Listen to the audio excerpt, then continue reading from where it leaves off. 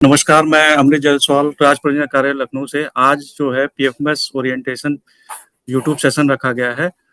तो आज पीएफएमएस के रिगार्डिंग जो है हमारे सहपाठी जो है बताएंगे, मिस्टर सर्वेश कुमार जी। मैं उनको फॉरवर्ड कर रहा हूँ। सभी को मेरा नमस्कार। मैं सर्वेश कुमार, राज्य परियोजना कार्यालय से। जैसा कि आप लोग अवगत हैं कि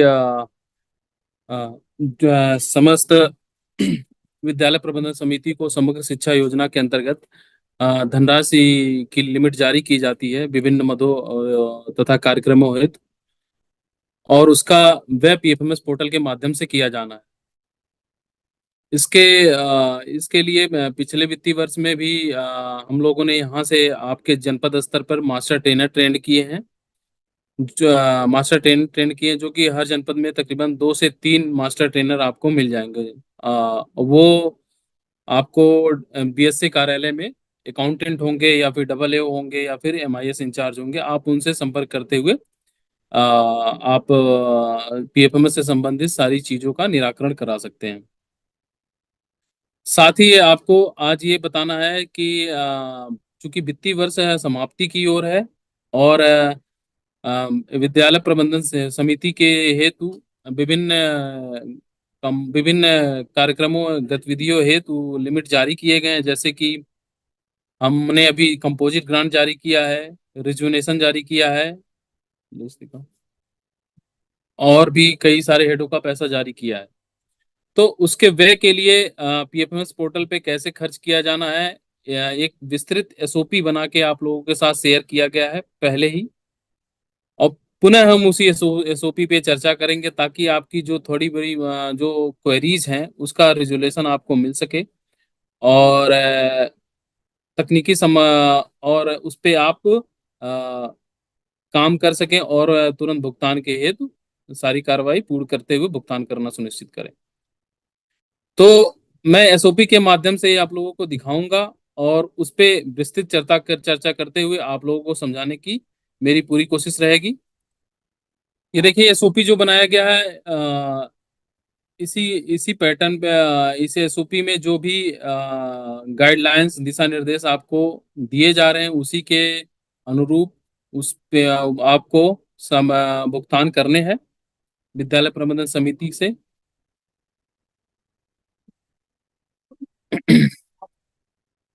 तो सबसे पहले जानते हैं पीएफएमएस क्या है। पीएफएमएस देखिए वित्त मंत्रालय भारत सरकार का एक वेब बेस्ड ऑनलाइन पोर्टल है, जिसमें जिसमें किसी कार्यालय या संस्थान को भुगतान करने हेतु पंजीकरण किया जाता है तथा उसके माध्यम से जिस भी वेंडर को या बेनिफिशियरी को भुगतान दिया जाता है उसका पेमेंट किया जाना है। चूंकि पीएफएमएस वित्त मंत्रालय भारत सरकार का पोर्टल है और उन्होंने इसको भारत सरकार ने ये कह रखा है कि जो भी भुगतान किए जाएंगे वो पीएफएमएस पोर्टल के माध्यम से ही किए जाने हैं। तो इस वजह से समग्र शिक्षा में हमें पीएफएमएस के माध्यम से भुगतान करने हेतु ये सारी कार्रवाई अपनानी पड़ रही है। ठीक है। इसी जिस तरीके से उत्तर प्रदेश में तकरीबन 1,34,000 स्कूल्स हैं, साथ ही कस्तूरबा गांधी बालिका विद्यालय हैं, ब्लॉक संसाधन केंद्र हैं, जिला परियोजना कार्यालय हैं, डाइट्स हैं, एडी बेसिक्स हैं, राज्य परियोजना कार्यालय हैं। ठीक है। ये समस्त समस्त जो कार्यालय हैं, जो समग्र शिक्षा के अधीनस्थ कार्यालय हैं, वो सब के सब पीएफएमएस पोर्टल पर पंजीकृत हैं।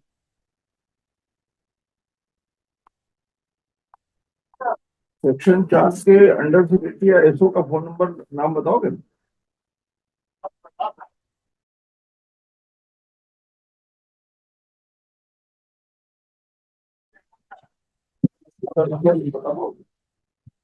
तो पीएफएमएस पे काम करने के लिए सबसे पहले आपको आ, इसका कोई मोबाइल ऐप नहीं है, वेब बेस्ड एप्लीकेशन। सबसे पहले आपको अपने सिस्टम पे कोशिश ये करें कि अपना स्वयं का सिस्टम हो, या फिर नहीं तो फिर आपका जो सिक्योर सिस्टम हो उस पे काम करें। या मोबाइल के ब्राउजर पे काम करे। ठीक है, सबसे पहले आपको pfms.nic.in वेबसाइट है, इस पे जाना है। ठीक है, समग्र शिक्षा समग्र शिक्षा के अंतर्गत जो भी आपको लिमिट जारी की गई है वो लिमिट आपको आपके लॉगिन के बाद आपको दिख जाएगा। समग्र शिक्षा हेतु जो पीएफएमएस का स्कीम कोड है उत्तर प्रदेश के लिए वो यूपी 113 है। और जो इसमें बैंक का चयन किया गया है, जैसा कि आप लोग अवगत हैं कि बैंक का जो चयन इसमें किया गया है बैंक ऑफ बड़ौदा। ठीक है, जो कि राज्य स्तर पे भी ये बैंक इसी बैंक में खाता खुला हुआ है, और समस्त जो डीपीओ हैं, डाइट हैं, बीआरसी हैं, केजीबी हैं तथा एसएमसीज हैं, इनका भी खाता बैंक ऑफ बड़ौदा में खोले गए हैं। बैंक ऑफ बड़ौदा में बैंक ऑफ बड़ौदा में जो खाते खोले गए हैं, सारी इंप्लीमेंटिंग एजेंसीज मतलब जितने भी कार्यालय हमने बताए हैं उनका जीरो बैलेंस सब्सिडरी अकाउंट है। जीरो बैलेंस मतलब इन द सेंस उसमें कोई भी पैसा नहीं रहेगा, जीरो बैलेंस।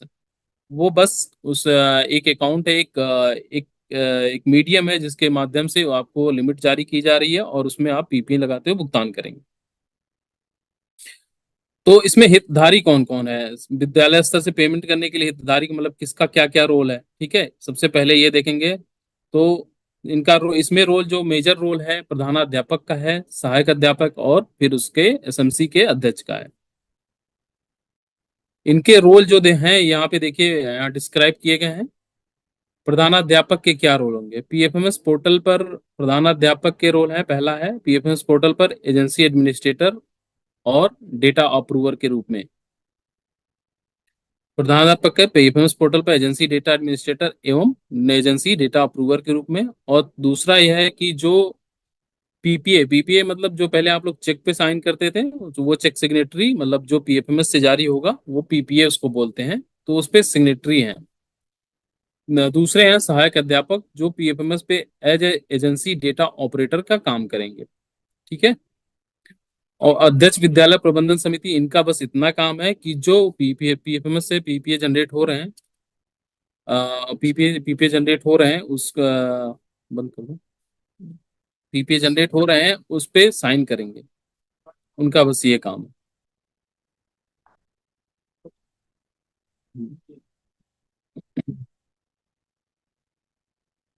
किसी भी विद्यालय द्वारा पीएफएमएस पोर्टल के माध्यम से भुगतान करने हेतु सबसे पहले किसी भी टीचर को या किसी भी प्रधानाध्यापक को क्या जरूरत पड़ेगी कि ये देखा जाए कि विद्यालय पीएफएमएस पोर्टल पर पंजीकृत हैं,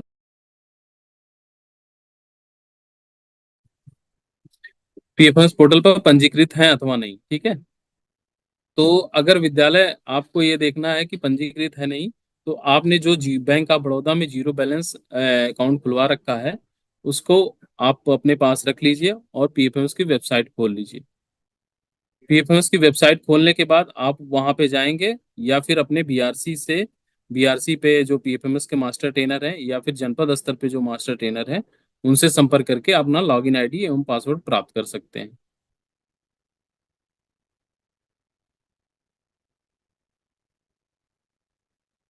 अब बारी आती है कि विद्यालय स्तर से भुगतान करने के लिए आपको पीएफएमएस पोर्टल पे किस किस चीजों की जरूरत पड़ेगी या कौन कौन से यूजर आईडी की जरूरत पड़ेगी।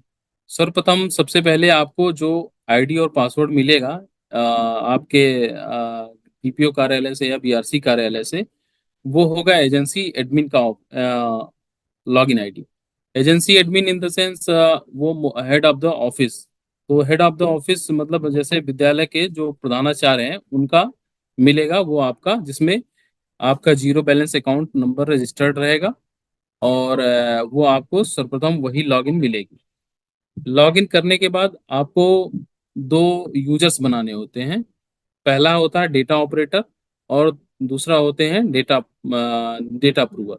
डेटा ऑपरेटर जो होते हैं विद्यालय के सहायक अध्यापक हैं, अथवा अगर सहायक अध्यापक नहीं है तो वहाँ पे शिक्षा मित्र हैं, जो शिक्षा मित्र हैं वो उनको डेटा ऑपरेटर बनाया जा सकता है। ठीक है, कहीं कहीं से हमें ये भी क्वेरीज आ रही जनपदों से या फिर बीआरसी स्तर से कि सर हमारे एकल विद्यालय हैं, तो उसमें आप अपने खंड शिक्षा अधिकारी का सहयोग लेते हुए किसी को नामित करा सकते हैं अध्यापक को, और वो डेटा ऑपरेटर का काम कर सकते हैं। इसके लिए हम लोग शीघ्र ही यहाँ से एक पत्र भी जारी किया जाएगा, जिसके संदर्भ में भी आप काम कर सकते हैं। डेटा अप्रूवर जो होंगे वे विद्यालय के प्रधानाचार्य या जो प्रभारी हैं वो होंगे।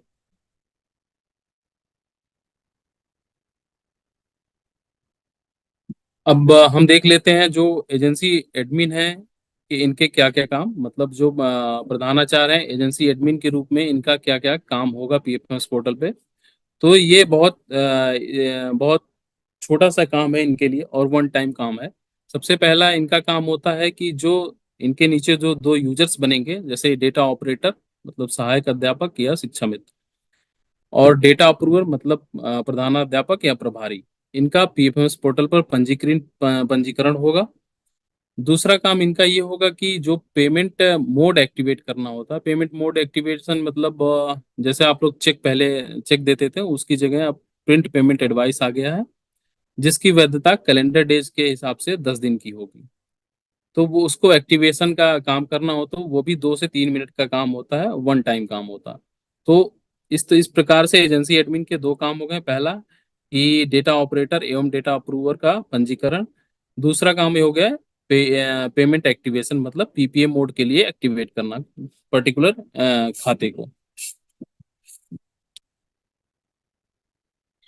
अब हम देखेंगे एजेंसी डेटा ऑपरेटर के क्या क्या काम है पीएफएमएस पोर्टल पे। पहला है कि अगर जैसे विद्यालय स्तर पर हमें किसी वेंडर को जिससे हम सामान परचेज करते हैं, या फिर जो आपके विद्यालय में किसी भी चीज के लिए कंपोजिट ग्रांट या रिजुनेशन के लिए जो पैसे गए हैं, या फिर अन्य मदों में जो आपको धनराशि प्राप्त हुई है, उसको एक्सपेंडिचर करने के लिए आपको किसी न किसी को पैसे देने होते हैं, तो उनका पीएफएमएस पोर्टल पर पंजीकरण किया जाना होता है। पंजीकरण करने के लिए आपको उनकी कुछ बेसिक डिटेल की जरूरत पड़ती है, जैसे नाम है, उनका अकाउंट नंबर है, मोबाइल नंबर है, ठीक है। ये बेसिक डिटेल की जरूरत पड़ेगी, वो अभी फॉर्मेट आगे चल के आपके साथ दिखाऊंगा। तो पंजीकरण अथवा उसकी मैपिंग की जाती है। कभी कभी ऐसा होता है कि हम एक वेंडर पीएफएमएस पोर्टल पे अगर पहले से पंजीकृत है या किसी और ने कर रखा है, तो हम उसको सर्च कर लेते हैं उसके अकाउंट नंबर से और उसकी मैपिंग कर लेते हैं। तो जो अंदर बैठे हो मैडम कहती आपसे मिलाने के लिए डेटा ऑपरेटर और डेटा ऑपरेटर द्वारा वेंडर का रजिस्ट्रेशन एवं उसकी मैपिंग करना होता है, ठीक है। दो काम ये हो गए। तीसरा काम ये होता है कि डेटा ऑपरेटर द्वारा ही एक्सपेंडिचर, जो पीएफएमएस पोर्टल पर एक्सपेंडिचर बनाना होता है, मतलब उस वेंडर को कैसे पेमेंट प्रक्रिया में शामिल कैसे किया जाएगा, वो बनाकर उसको सबमिट करना होता है। तो ये डेटा ऑपरेटर के मुख्यतः दो काम हो गए। पहला है कि वेंडर की मैपिंग करना, वेंडर का पंजीकरण करना, और दूसरा है वेंडर की मैपिंग करना अगर पहले से। तीसरा काम यह है कि एक्सपेंडिचर, जो पर्टिकुलर वेंडर को हमें भुगतान करना है, उसका एक्सपेंडिचर पीएफएमएस पे कैसे बनाकर उसको सबमिट करना है, ठीक। अब हम देख लेते हैं डेटा अप्रूवर का क्या काम होता है विद्यालय स्तर पर। यहाँ पे देखिए हमने एक हेडिंग डाल रखी है, विद्यालय स्तर पर एजेंसी डेटा अप्रूवर प्रधानाध्यापक का पीएफएमएस पोर्टल पर कार्य।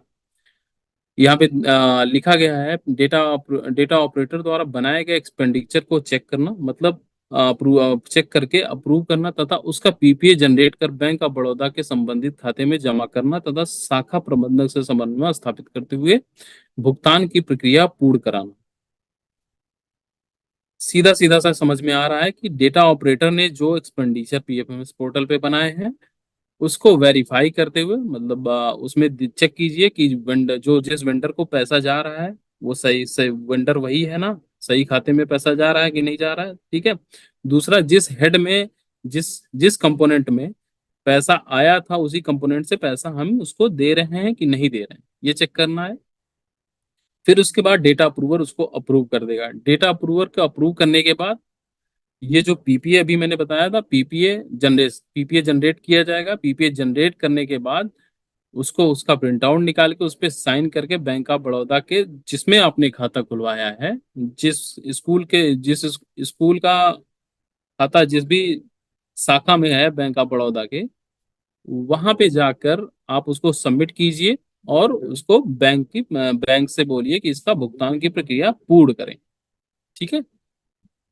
एक क्वेरी ये आती है कि विद्यालय स्तर पर पीटी कैश की आवश्यकता पड़ने पर प्रधानाध्यापक या इंचार्ज स्वयं को वेंडर के रूप में जैसे कभी कभी क्वेरीज आती हैं कि सर मान लीजिए जो हमारे छोटे कैश हैं, जो छोटे भुगतान करने हैं, उसमें हमें कैश की जरूरत पड़ती है। उस केस में आपको कुछ नहीं करना है।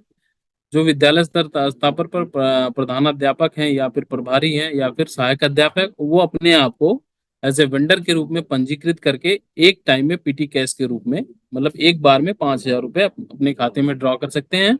फिर वहां से आप कैश के रूप में पैसा खर्च कर सकते हैं।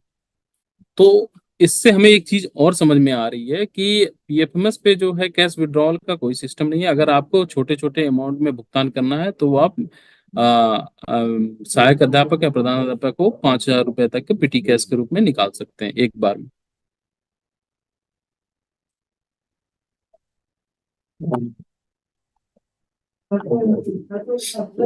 अब हम यूजर मैनुअल देखेंगे। जो हमने ये अभी तक प्रक्रिया बताई है, इसका यूजर मैनुअल कैसे है, मतलब ये हम लोगों ने स्क्रीनशॉट के साथ तैयार किया है, जिसमें आपके साथ ये अभी शेयर भी कर दिया जाएगा। मैं इसको कमेंट सेक्शन में डाल दूंगा और उसमें आप यूजर मैनुअल के थ्रू पेमेंट बना सकते हैं और देख भी सकते हैं। जो पीएफएमएस पोर्टल पर जो स्कीम कोड है वो है हमारे समग्र शिक्षा के लिए यूपी 113। तो आपके विद्यालय में यूपी 113 ही सिर्फ स्कीम आएगी और यूपी 113 के अंतर्गत आप भुगतान कर सकते हैं। और जो बैंक ऑफ बड़ौदा आपका बैंक है, उसके अंतर्गत आपको वो खाता दिखेगा। ठीक है। पोर्टल से आप निकालेंगे तो मिलेगा, अगर उस पर आप निकालेंगे तो इसको स्वीकार पोर्टल की बढ़ेगी।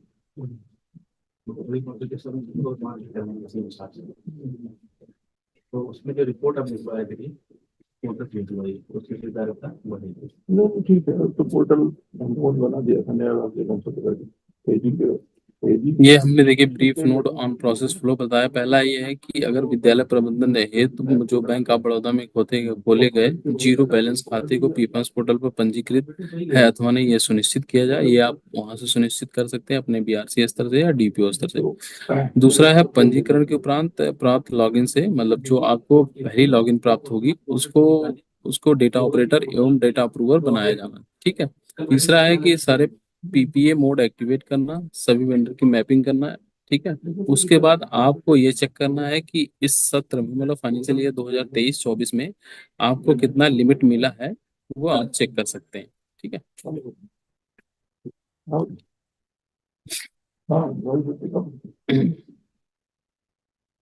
क्रिएशन ऑफ यूजर, मतलब डेटा ऑपरेटर और डेटा अप्रूवर का यूजर कैसे बनाना है, ये यहाँ पे देखना। ठीक। पीएफएमएस को मेकर चेकर कॉन्सेप्ट के देखिए, पीएफएमएस जो है मेकर चेक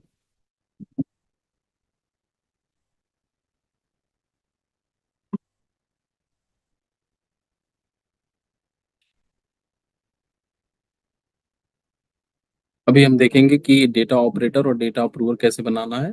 तो उसके पहले आप सबसे पहले अपना जो एजेंसी एडमिन की लॉगिन आईडी आपको बीआरसी या डीपीओ स्तर से प्राप्त है, उसके पहले उसको लॉगिन कर लेना है पीएफएमएस पे। पीएफएमएस पे जैसे ही लॉगिन करेंगे तो यहाँ पे देखिए लेफ्ट साइड में आपको बहुत सारे ऑप्शंस दिख रहे हैं। आपको इसमें जाना है मास्टर्स। मास्टर्स में जाने के बाद यूजर्स में ऐड न्यू ऐड न्यू पे क्लिक करने के बाद आपको देखिए यहाँ पे टाइप ऑफ यूजर्स आ रहे हैं। टाइप ऑफ यूजर्स में आपको डेटा ऑपरेटर और डेटा अप्रूवर बनाना। तो जो डेटा ऑपरेटर जैसे हमें बनाना है तो डेटा ऑपरेटर हमने सिलेक्ट कर लिया। डेटा ऑपरेटर सिलेक्ट करने के बाद यहाँ पे देखिए first name, last name, email ID, phone number, mobile number और लॉगिन आईडी डालनी है। ठीक। तो आप इसमें क्या कर सकते हैं, फर्स्ट नेम डाल दीजिए। अगर डेटा ऑपरेटर बना रहे हैं तो सहायक अध्यापक का फर्स्ट नेम और लास्ट नेम, उनकी अगर कोई ईमेल आईडी है तो ईमेल आईडी डाल दीजिए। फोन नंबर आप इसको छोड़ सकते हैं, इस फोन नंबर की जगह आप इसको मोबाइल नंबर भी डाल सकते हैं। फिर मोबाइल नंबर में भी वही उनका मोबाइल नंबर डालिए जो एक्टिव है, मोबाइल नंबर वो डालना है। उसी तरीके से ईमेल आईडी वही डालनी है आपको जो एक्टिव है। लॉगिन आईडी में आप उनका मोबाइल नंबर डाल सकते हैं। चूंकि मोबाइल नंबर सबको याद रहता है तो लॉगिन आईडी में आप उनका मोबाइल नंबर डाल के सबमिट कर दीजिए। जैसे ही आपने ये भर के सारे सब कुछ सबमिट कर दिया, आपको एक मैसेज डिस्प्ले होगा कि registration has been successfully completed. इस तरीके से हमने अपना डेटा ऑपरेटर और डेटा अप्रूवर का पंजीकरण कर लिया। अब हमारा जो एजेंसी एडमिन का दूसरा जो काम है, अकाउंट एक्टिवेशन ई पेमेंट। अकाउंट एक्टिवेशन ई पेमेंट में हमको आपको फिर से एजेंसी एडमिन को लॉगिन करना है। उसके लिए फिर से बैंक ऑप्शन में जाना है। बैंक में आपको एक दिख रहा है अकाउंट एक्टिवेशन। ठीक, अकाउंट एक्टिवेशन इसमें जाना है। अकाउंट एक्टिवेशन के बाद आपको ये वाला पेज खुल जाएगा। पेज खुलने के बाद इसमें देखिए आपको आ रहा है स्कीम। स्कीम सेलेक्ट करने के लिए आपको सिंपल इसमें UP113 डाल के सर्च कर लेना। जैसे आपने UP113 डाल के सर्च किया तो नीचे ये आपका जीरो बैलेंस जो अकाउंट नंबर है विद्यालय के लिए जो खोला गया है वो यहाँ पे आ जाएगा। उसका स्कीम कोड आ जाए, स्टेटस जो है एक्टिवेटेड। एक्टिवेटेड नहीं आएगा, स्टेटस इसका पेंडिंग दिखाएगा। यूनिक एजेंसी जो यहाँ पे ये दिख रहा है यूनिक कोड एजेंसी नेम और agency name as per bank record. ये मतलब वो ये वहाँ पे ये दिखाई करेगा कि जो आपने खाता खुलवाया है किस नाम से खाता आपका खुला है, ये यहाँ पे देखेगा। अकाउंट एक्टिवेशन टाइप में ये आपके यहाँ पे ये शो कर रहा है। ठीक इस तरीके से आपका ये स्लाइड दिखेगी, स्क्रीन दिखेगी। स्क्रीन के बाद आपको यहाँ पे अकाउंट एक्टिवेशन टाइप में दो मोड आ रहे हैं। तो पहला आ रहा होगा e payment using print advice, दूसरा e payment using digital signature. आपको क्या करना है, e payment using print advice select करके करके सबमिट कर देना है।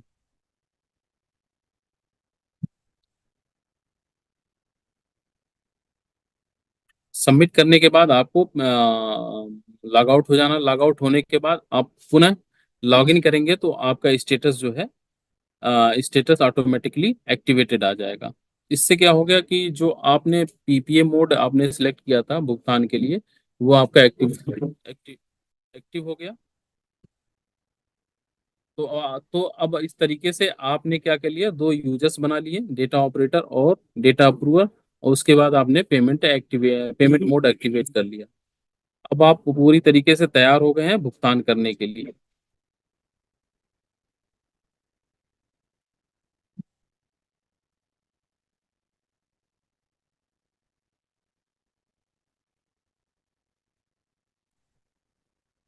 भुगतान करने के लिए सबसे पहले तो आपके पास क्या होना चाहिए, डेटा ऑपरेटर की लॉगिन और डेटा अप्रूवर की लॉगिन। वो आपने वहां से प्राप्त कर लिया पंजीकरण करके। वो आपके ईमेल आईडी पे और फोन नंबर पे उसका लॉगिन आईडी और पासवर्ड दोनों चला गया। वहां से आप लेके उसको फिर से लॉगिन कीजिए। तो अब आगे की प्रक्रिया ये होगी कि जो वेंडर मतलब जिसको आपको भुगतान करना है उसका पंजीकरण करना है। जैसे आपने किसी वेंडर से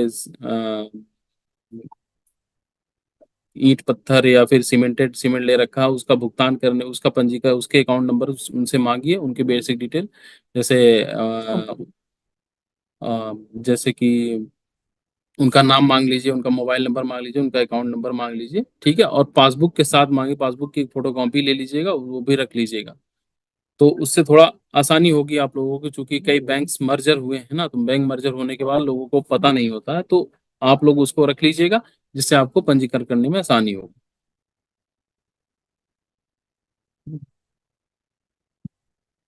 तो इस तरीके से आपने डेटा ऑपरेटर लॉगिन कर लिया। अब हम वेंडर का रजिस्ट्रेशन करने जा रहे हैं। आपने डेटा ऑपरेटर लॉगिन किया, यहाँ पे देखिए लेफ्ट साइड में आपको दिख रहा मास्टर्स। मास्टर्स में वेंडर्स, वेंडर्स में आपको जाना ऐड न्यू। ऐड न्यू पे क्लिक करने के बाद एक आपका पेज खुल जाएगा जो कि इस तरीके से है। देखिए क्रिएट वेंडर करके एक नया पेज खुल गया, जिसमें टाइप में आपको पर्सनल सेलेक्ट कर लेना है। और इसमें मैंडेटरी फील्ड जो है आपकी कुछ कुछ है, जैसे नेम है, एड्रेस लाइन फर्स्ट है, सिटी है, स्टेट्स हैं, कंट्री है और डिस्ट्रिक्ट्स हैं। ठीक है, मोबाइल नंबर अगर नहीं अवेलेबल है तो कोई बात नहीं, उसमें नॉट अवेलेबल करके आगे बढ़ जाइए।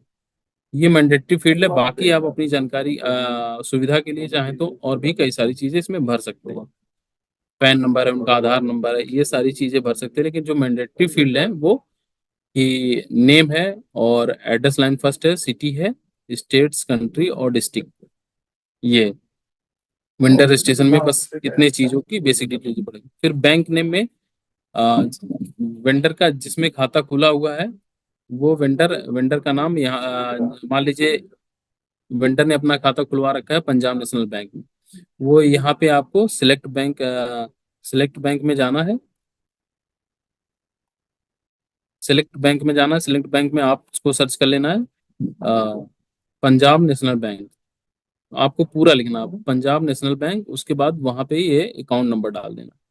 फिर ये नीचे जो दिख रहा है ऐड बैंक डिटेल, इस पे क्लिक करके आपको जैसे ही आपने क्लिक किया ये बैंक डिटेल यहाँ पे देखिए आपकी ऐड हो गया। ठीक है, ये बैंक का नाम ऐड हो गया, अकाउंट नंबर ऐड हो गया।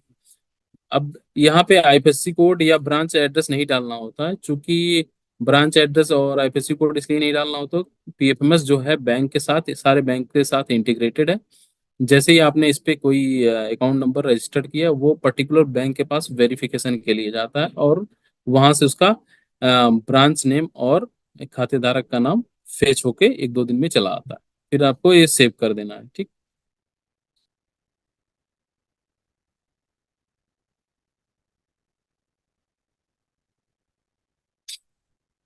तो इस तरीके से आपने क्या कर लिया, वेंडर का रजिस्ट्रेशन कर लिया। अब सर्वप्रथम हमें चेक करना है कि हमारे पास कितनी लिमिट आई है। लिमिट चेक करने के लिए आपको फिर से एजेंसी एडमिन को लॉगिन करना है, मास्टर्स में जाना है, masters drawing limit of agencies, मतलब मास्टर्स में जाने के बाद आपको एक दिख रहा है drawing limit of agencies. Drawing limit of agencies में आप जब खोलेंगे तो ये वाला पेज खुल के आएगा। इसमें स्कीम आपको बस एक ही दिख रही होगी, वो आपके लॉगिन पे एक ही दिखेगी, स्कीम यूपी 113। हायरार्की लेवल में आपको स्कूल लेवल और विलेज लेवल सिलेक्ट कर लेना है। स्टेट में आपको अपना स्टेट सिलेक्ट कर लीजिएगा और डिस्ट्रिक्ट में पर्टिकुलर डिस्ट्रिक्ट जिस डिस्ट्रिक्ट से आप बिलोंग करते हैं वो डिस्ट्रिक्ट आपको सिलेक्ट करके सर्च कर लेना है। जैसे ही आप यहाँ सर्च करेंगे यहाँ पे आपको दिख जाएगा कि आपको टोटल लिमिट कितना मिला है। ये देखिए आपके आपके आपके एजेंसी का नाम आ रहा है और टोटल लिमिट, मतलब जैसे इनको 5,000 रुपये मिला है और खर्च करने के लिए कितना है 5,000। ठीक, ये लिमिट फॉर चाइल्ड एजेंसी हमेशा आपको जीरो होगी और आपने बैलेंस एक्सपेंडिचर लिमिट, सॉरी ये 50 लाख है। बैलेंस एक्सपेंडिचर लिमिट मतलब आपको 50 लाख दिया गया था, 50 लाख में से अभी भी आपके पास कितना बचा हुआ है ये आप यहाँ पे देख सकते हैं। मतलब तकरीबन इन्होंने 45,000 रुपये खर्च कर हाँ खर्च कर दिए हैं, जो और बचे इतने पास, मतलब बस इतने का ही है, वो आप इससे ज्यादा पैसा खर्च नहीं कर सकते। तो इस तरीके से आपको अपनी लिमिट मिल जाएगी। और इसका अगर कंपोनेंट वाइज लिमिट चाहिए तो वो आप अपने डीपीओ कार्यालय से संपर्क करते हुए कर सकते हैं। चाइल्ड एजेंट, अब देखना हमें खर्चा कैसे बनाना है पीएफएमएस पोर्टल पर। पीएफएमएस पोर्टल पर खर्चा बनाने के लिए आपको क्या करना है कि डेटा ऑपरेटर लॉगिन के लिए एक्सपेंडिचर में गए, ऐड न्यू करने के बाद आपको एक नया विंडो खुलेगा जिसमें आपको सिलेक्ट कर लेना है। सिलेक्शन में आपको स्कीम यूपी 113, ठीक, और बैंक अकाउंट नंबर जो आपके विद्यालय का अकाउंट नंबर है वो आपने सेलेक्ट कर लिया है। वेंडर जो आपने वेंडर रजिस्ट्रेशन किया था, जो आपने वेंडर रजिस्ट्रेशन कर रखा है या फिर आपने जो मैपिंग कर रखी है वो वेंडर यहाँ पे सारी वेंडर की लिस्ट आ रही होगी। ठीक है, वेंडर की लिस्ट आ रही होगी वो आपको यहाँ पे सेलेक्ट कर लेना है। लेटर ऑफिस ऑर्डर नंबर में आपको मान लीजिए इस वित्तीय वर्ष का पहला भुगतान बना रहे हैं तो लिख दीजिएगा विद्यालय का नाम सबसे पहले लिखिएगा। ठीक है, कि जैसे एसएमसी मान लीजिए रामपुर, एसएमसी रामपुर विद्यालय का नाम, उसके बाद आपको फाइनेंशियल ईयर 2023-24, फिर 01, इस तरीके से financial letter office order number आपको मिल सकता है। फिर आपको इसमें कुछ नहीं करना, ऑफिस ऑर्डर लेटर नंबर इसमें अपलोड नहीं करना है। सैंक्शन लेटर जिस दिन आप भुगतान बना रहे हैं उसी दिन का आपको पेमेंट ले लेना है। टोटल अवेलेबल लिमिट मतलब ये बता रहा है कि अभी आपके पास खर्च करने के लिए इतने पैसे बचे हुए हैं। ठीक है, तो मान लीजिए आपके पास जितना भी बचा होगा वो यहाँ पे दिख रहा होगा और उसमें से आप कितना खर्च करना चाहते हैं टोटल अमाउंट में, वो अमाउंट आप यहाँ पे डाल देंगे। नरेशन में अगर आप कुछ लिखना चाहते हैं जैसे लिख दीजिएगा कंपोजिंग फ्रॉम कंपोजिट ग्रांट या from reservation from ACR, what ever जो भी आप लिखना चाहते हैं वो यहाँ पे लिख सकते हैं। ठीक है,